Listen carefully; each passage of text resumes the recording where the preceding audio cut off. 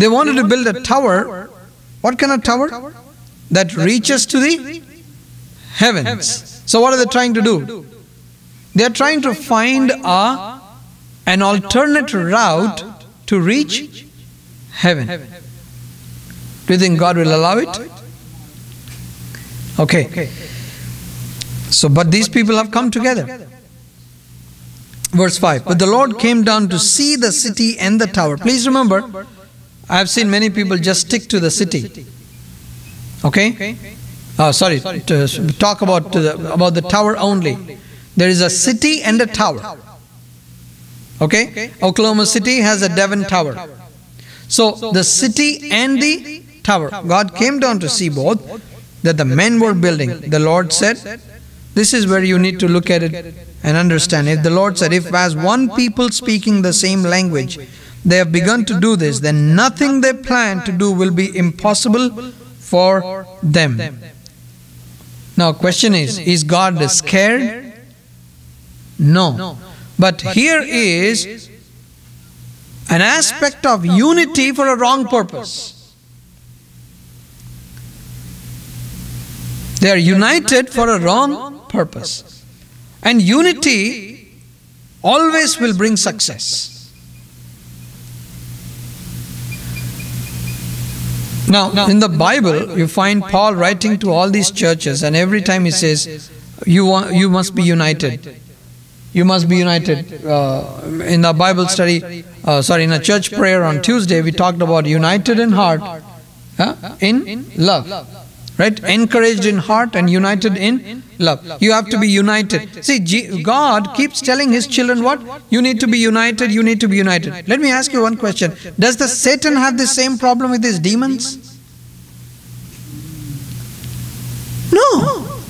He does not have the problem. The demons, all these demons are working for him, and he is a great ruler. He can expect 100% obedience and unity from his demons and spirits.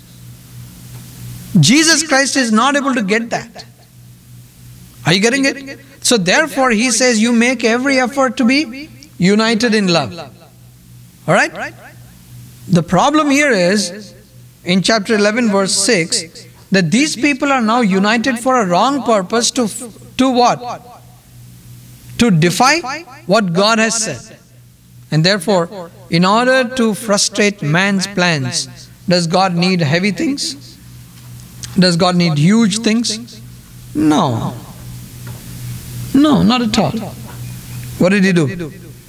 Verse 7, come let us go down and confuse their language so they will not understand each other. Simple. What a great intelligent person this must be, who thinks, what's the best way to scatter all these people? Throw a bomb on them? No. Send diseases? No. Okay. But I will also be able to fulfill my purpose this way. How? Confuse their language. If I speak a language that you don't know, and I say, I'm going to do this Bible study in this language, so would you show up next Sunday, next Thursday? No point. Why? Because when I can't understand, why should I come? When there's no communication, when there's no understanding happening, I'd rather go home, right? So what happens? There's somebody who's speaking your language. What do you say? I would rather go there. There's somebody speaking your language. You'd say, let me go there. You know what happened? People became groups. As they were constructing, somebody illustrated this way, as they were constructing the tower and God confused their language, you know what happened? This guy said something and this guy wanted a brick, and this guy brought a spade. No, not that one. Yeah, bring me a brick. So he brought a rope. Said, no, I'm asking for a brick. He brought water. Said, you don't understand, man. And this guy saw another guy able to understand his language. Said, wow, I think I can understand this guy. So the small group formed. This guy who was asking for the brick, his group formed. There was another guy who understood the other guy's group. This is how the groups formed. So what do you think happens? What do you think happens? Separated. They got separated. But I want to pause here and tell you one thing. That day God brought these multiple languages as a curse to separate them to fulfill His purpose. God used the same strategy on the day of Pentecost to bring all the people who speak different languages together. And that was by the way of Holy Spirit. Those days when Peter was speaking, people who understood Arabian language understood it in Arabian language. People who understood Greek, they heard the message in Greek. What was the language that Peter was using? Aramaic. He was using the language that he grew up with. He is an unschooled and uneducated man. He's using a simple language there, and people are understanding it in their own language. What do you think happens then? What do you think happens then? People will come together. When you can understand whatever language I'm speaking, I would rather be with you. But look at what happened here. They could not understand one another. They all got scattered. Okay?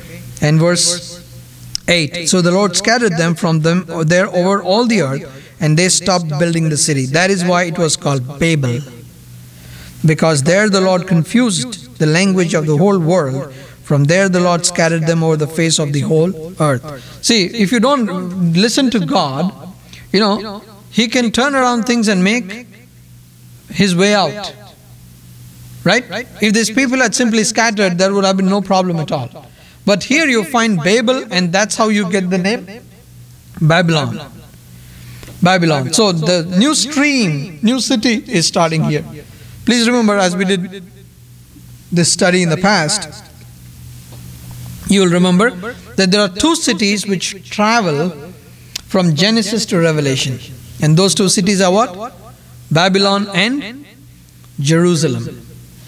You find Babylon and Jerusalem traveling from Genesis to Revelation. Okay? Then you find this genealogy in chapter 11. You come to verse 27. Terah became the father of Abram, Nahor and Haran, and you find Abram got married to his wife. Her name is Sarai. And then Lot's dad, Haran, died. That's the reason Lot came with Abram. So if somebody asks you, why do you think Lot came with Abram? It's because his brother Haran had died, and therefore Lot came with Abram. Verse 31.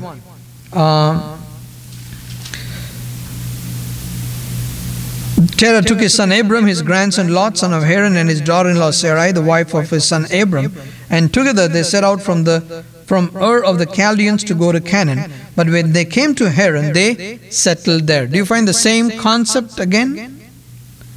Like in Genesis 11, they started moving, but when they came to one place, they settled there. I heard a statement over the radio some time ago. It seems in Africa, the world's biggest gold mine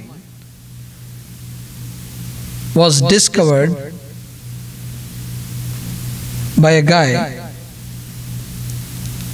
who took just 3 steps from the place the previous researcher had stopped. The previous researcher came all the way to this point and stopped. The next guy came, he took 3 steps, he found the gold mine. Many times what happens in our Christian life too is, God asks us to go and occupy a place, we just settle down here and lose the whole purpose. We lose the whole purpose. So that's exactly what happened there. They settled there. Terah lived 205 years and he died in Haran. 205 years and he died in Haran. In chapter 12, chapter 12 you find the story of Abraham. And next week when we do this study on Abraham, I would like to talk about the 7 dispensations and the 8 covenants. Please bring the sheet along with you, because when you study the dispensations, I realize this, that understanding Romans becomes very easy. The first 3 chapters of Romans can be understood if you can understand these dispensations and the 8 covenants. So how God dealt with mankind at different times is what you find here. And starting with Abraham, you find it's the 4th dispensation, that is the promise. You find the 7 dispensations. Number 4 is the promise. And that promise began with Abrahamic covenant, the covenant that God made with Abraham. Okay? This we shall continue in next week's class. And please remember, next week we will be meeting at 5:30. Okay?